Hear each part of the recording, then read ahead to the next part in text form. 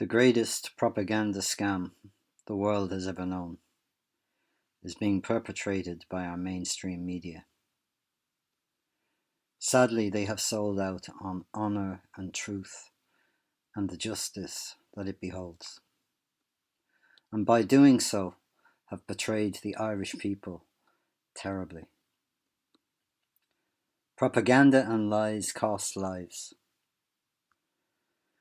and they are guilty on all counts. Denis O'Brien's monopoly has contaminated the airways and has set the path and laid the red carpet for the New World Order agenda to succeed.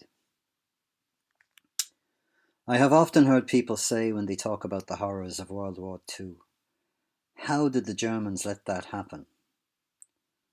Well, what is coming down the tracks for us is going to make Hitler look like a choir boy, and all of you out there who for an easy life are going along with the charade without much thought, question or research.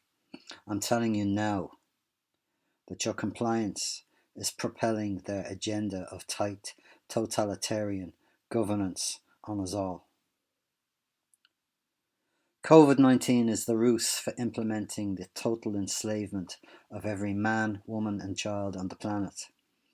And we are now just experiencing the foreplay of the New World Order. They are at present conditioning us for being totally controlled.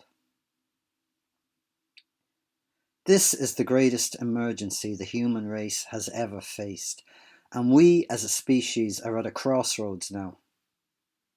We can ascend towards the light and change the world for the true love of all mankind, or we can sleepwalk ourselves further into a deeper and darker dark age, for we are on the precipice of losing our freedom forever.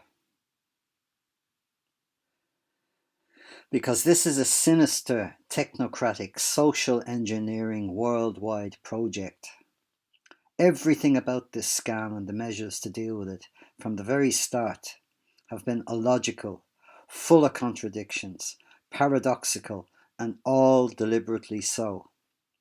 It has been planned very carefully for years. Even those in positions of power are expected to make idiots out of themselves. It's how they show their support and allegiance to the agenda. One example would be saying one thing with a firm conviction and then totally contradicting themselves shortly afterward. That being said, it is clear that they are experimenting on us to see how far they can go, how far they can degrade us, separate us, turn us against each other. It is like they're trying to suck the light out of us. They are doing everything that they can to cause upset and disruption amongst us. It is obvious to me that they want to sever our deepest connections with family and friends and with anything spiritual.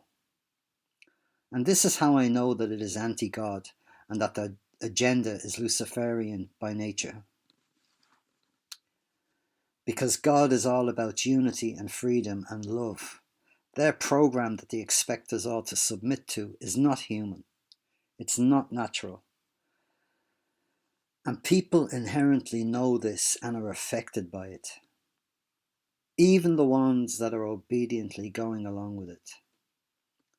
These draconian measures create tension and misplaced anger, springing from a deep sense of sadness and loss, because we all know in our hearts that it's not right, with our liberties being eroded in front of our eyes, and we also know the heartbreaking, devastating and damaging effect that it's having on the children. Well, we must not comply. We must stand by the people that are fighting for our freedom. And that means when Gemma O'Doherty and John Waters are back in the High Court, fighting for us, putting their lives on the line, the whole of the Quays should be swamped with people there supporting them. We must stand united as one. Connect with the truth and the light, for human rights, for saving the children, and for the mayhem to come. It is vital We hold on to our humanity by doing random acts of kindness. Don't let them take that away. This is a spiritual war, and the time has come to choose which side you are on.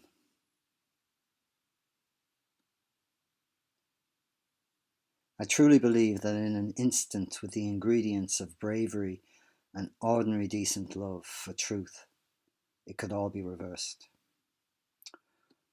RTE has the power to change the world forever. All it has to do is do its job and let the truth unfold. Give the doctors and scientists, lawyers and barristers, the various professionals around the world that have been coming out in the thousands against the farce and dangerous misinformation that has been spoon-fed to the public for months. All they have to do is give these people a platform and allow them to speak and educate.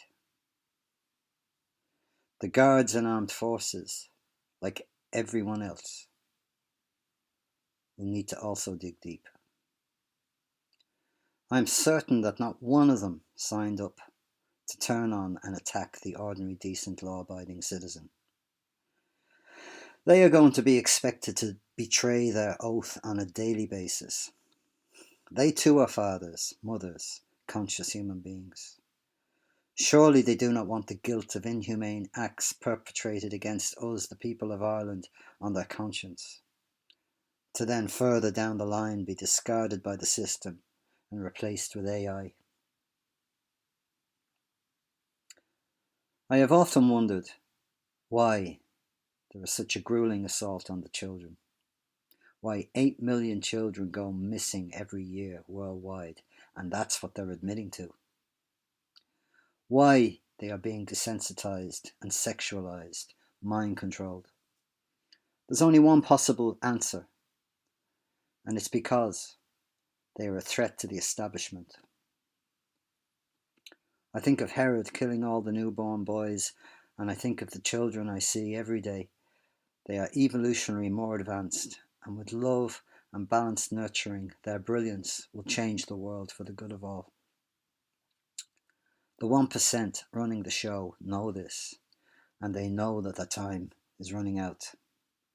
Karma is coming around faster than ever, and the truth is being revealed at an accelerated pace, and the clock is ticking for them and for us. Likewise, Ireland is an exceptional place, and so are the Irish people. There's just something about us. And the attack on our country and people has been ferociously unrelenting now for decades. And I believe it's because there's something very special about Ireland. I have always believed that it's the heart of the world. The land itself is magical. The Irish people are so very talented in every area of life.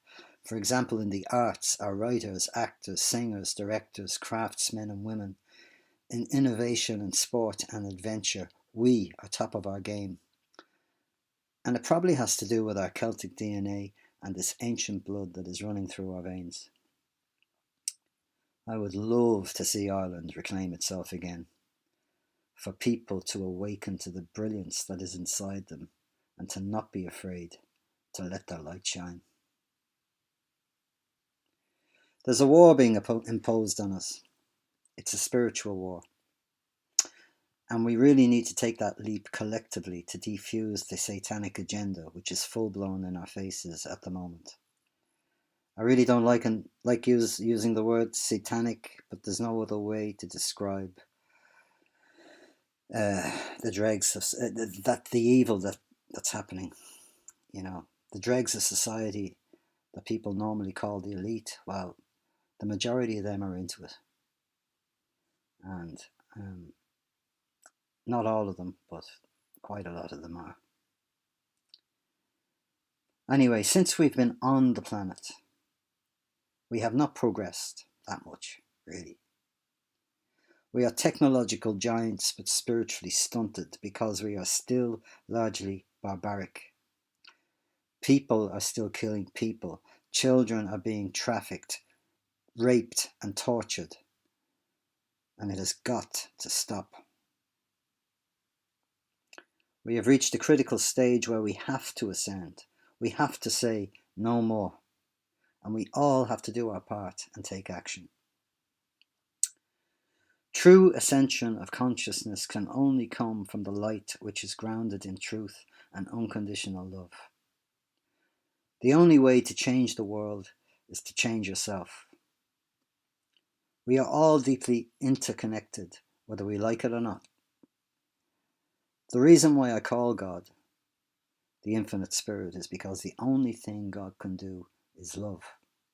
And everything in this world and universe, He has put His heart and spirit into it. There is not a human alive that is devoid of the gift of the light of God. Likewise, the plants, animals, and minerals, in truth, everything in its purest essence is light. So I do wonder at the fact that because of this connection that is with us forever, I marvel that all the secrets of the universe and all the creations that have yet to be inspired, discovered, and expressed, that all the answers to all our questions are inside of us. Really, isn't that just amazing?